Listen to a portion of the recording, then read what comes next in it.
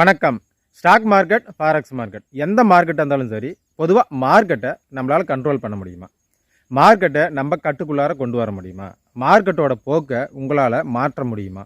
அதாவது நம்ம எவ்வளோ பணம் வச்சு நம்ம ட்ரேடிங் பண்ணுறோம்? ஒரு ரூ. 1000 இல்லை ஒரு ரூ. 5000 இல்லை ரூ. 10,000 இல்லை ஒரு ரூ. 50,000 இல்லை அதிகபட்சமாக பார்த்தோம்னா ஒரு ரூ. 1,00,000 வச்சு நம்ம ட்ரேடிங் பண்ணுறோம். அதான் ரூ. 1,00,000 இல்லை அதற்கு குறைவான அமௌண்ட்டை வச்சு தான் நிறைய நபர்கள் ஆக்சுவலாக மார்க்கெட்டில் ட்ரேடிங் பண்ணுறோம். அப்போ ரூ. 1,00,000 வச்சு மார்க்கெட்டை நம்ம கட்டுக்குள்ளார கொண்டு வர முடியுமா? நம்ம கண்ட்ரோல் பண்ண முடியுமா? இல்லை மார்க்கெட்டோட போக்கை நம்மளால் மாற்ற முடியுமா?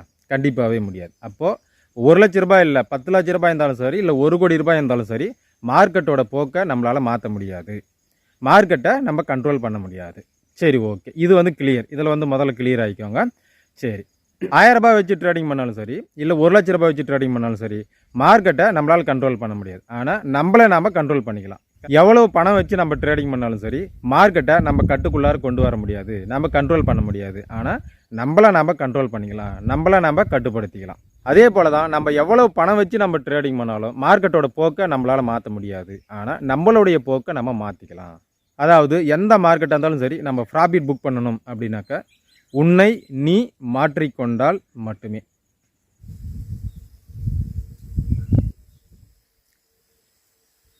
சரி, மார்க்கெட்டை மாற்ற முடியாது, நாம் தான் மாறிக்கணும் அப்படின்னா எந்த மாதிரியான மாற்றம் நம்ம பண்ணும்போது மார்க்கெட்டில் நம்ம ப்ராஃபிட் புக் பண்ண முடியும் அப்படிங்கிற கேள்வி நம்மளுக்கு வருது இல்லை? நீங்கள் என்ன கான்செப்டை பேஸ் பண்ணி வேணாலும் ட்ரேடிங் பண்ணுங்கள். எந்த கான்செப்டாக இருந்தாலும் ஸ்டாப் லாஸ்ன்னு ஒன்று இருக்குமா? அந்த ஸ்டாப் லாஸ் படி நீங்கள் லாஸை புக் பண்ணுங்கள்.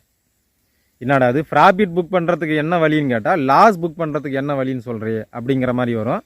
மார்க்கெட்டில் ஒருத்தனுடைய வெற்றி எதில் இருக்குது அப்படின்னாக்கா, அவன் எந்த அளவுக்கு ப்ராஃபிட் புக் பண்ணுறான் அப்படிங்கிறதுல கண்டிப்பாகவே இல்லை, அவன் எந்த அளவுக்கு லாஸ் புக் பண்ணுறான் அப்படிங்கிறதுல தான் இருக்குது. இப்போ ஒரு துறையில் உங்களுக்கு வெற்றி வேணும் அப்படின்னாக்கா, தோல்வியை ஏற்றுக்கொள்ளும் மனப்பக்குவம், தோல்வியை ஏற்றுக்கொள்ளும் மனபலம் எப்போ உங்களுக்கு வருதோ அப்போ தான் உங்களுக்கு வெற்றி கிடைக்கும். ஸோ அதே போல் தான் மார்க்கெட்லேயும் லாஸை புக் பண்ணுற மனப்பக்குவம் உங்களுக்கு இல்லைன்னா உங்களால் ப்ராஃபிட் புக் பண்ண முடியாது. லாஸை புக் பண்ணுற மனப்பக்குவம் உங்களுக்கு எப்போ வருதோ அப்போ தான் நீங்கள் ப்ராஃபிட் புக் பண்ணுறதுக்கு வாய்ப்புகள் இருக்குது. அப்போ தான் உங்களால் ப்ராஃபிட் புக் பண்ண முடியும். இதில் நீங்கள் இன்னொரு விஷயத்தை நல்லா புரிஞ்சுக்கணும். நீங்கள் பண்ணுற ட்ரேடிங்கில் லாஸை நீங்கள் தான் புக் பண்ணணும், மார்க்கெட் உங்களுடைய லாஸை புக் பண்ணக்கூடாது. இதில் நிறைய வித்தியாசங்கள் இருக்குது. சரி, இப்போ லாஸை புக் பண்ணுற உங்களுக்கு மனப்பக்குவம் எப்போ இருக்கோ அப்போ தான் உங்களால் ப்ராஃபிட் புக் பண்ண முடியும் அப்படின்னு நான் சொன்னேன்ல. அப்போ உங்களுடைய கான்செப்ட் படி, உங்களுடைய ஸ்ட்ராட்டஜி படி லாஸை புக் பண்ணுங்கள். அந்த மாதிரி நீங்கள் லாஸை புக் பண்ணுறீங்க பார்த்தீங்களா, அந்த லாஸ் ஒரு ட்ரேடிங்க்கு 2% மேலே இருக்கிற மாதிரி பார்த்துக்காதீங்க. உங்களுடைய லாஸ் ஒரு ட்ரேடிங்க்கு 2% தான் இருக்கணும், இல்லை தான் அதுக்கு கம்மியாக தான் இருக்கணும். 2% மேலே லாஸ் புக் பண்ணுற மாதிரியான ஒரு ஆர்டரை, ஒரு ட்ரேடிங்கை நீங்கள் பண்ணாதீங்க. சரி, இது ஏன் அப்படின்னாக்கா, நான் ஏற்கனவே சொன்னது தான், மார்க்கெட்டில் நீங்கள் ஜெயிக்கணும் அப்படின்னாக்கா நீங்கள் புக் பண்ணுற ப்ராஃபிட்டில் உங்களுடைய சக்ஸஸ் கண்டிப்பாகவே கிடையாது. நீங்கள் புக் பண்ணுற லாஸில் தான் இருக்குது உங்களுடைய சக்ஸஸ். இதை உங்கள் மனசில் நல்லா பதிய வச்சுக்கோங்க. மார்க்கெட்டில் லாபம் சம்பாதிக்கக்கூடிய எல்லாருமே பார்த்தீங்கன்னா அவங்களுக்கு லாஸை புக் பண்ணக்கூடிய, லாஸை ஏற்றுக்கொள்ளும் மனப்பக்குவம் கண்டிப்பாகவே இருக்கும். அந்த மனப்பக்குவம் எப்போ வருதோ அப்போ தான் அவங்க ப்ராஃபிட் சைடு போவாங்க. அப்படிங்கிறது தான் ஒரு நிதர்சனமான உண்மை, யதார்த்தமான உண்மை. நான் சொல்கிறத பொறுமையாக, அமைதியாக, நல்லா யோசனை பண்ணி பாருங்கள். நீங்கள் நிறைய முறை உங்களுடைய அக்கௌண்ட்டை ஸ்கொயர் அப் பண்ணியிருப்பீங்க, ஆனால் அதை நீங்கள் பண்ணலை, அந்த லாஸை நீங்கள் பண்ணலை, மார்க்கெட்டே உங்களுடைய அக்கௌண்ட்டை ஸ்கொயர் அப் பண்ணியிருக்கோம்.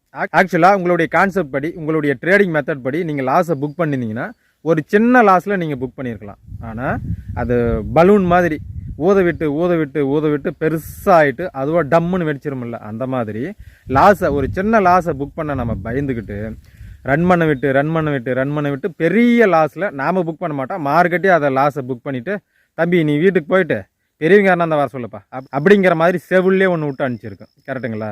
அப்போது மார்க்கெட்டில் நம்மளுடைய சக்ஸஸ் அப்படிங்கிறது லாஸை புக் பண்ணுறதுல தான் இருக்குது.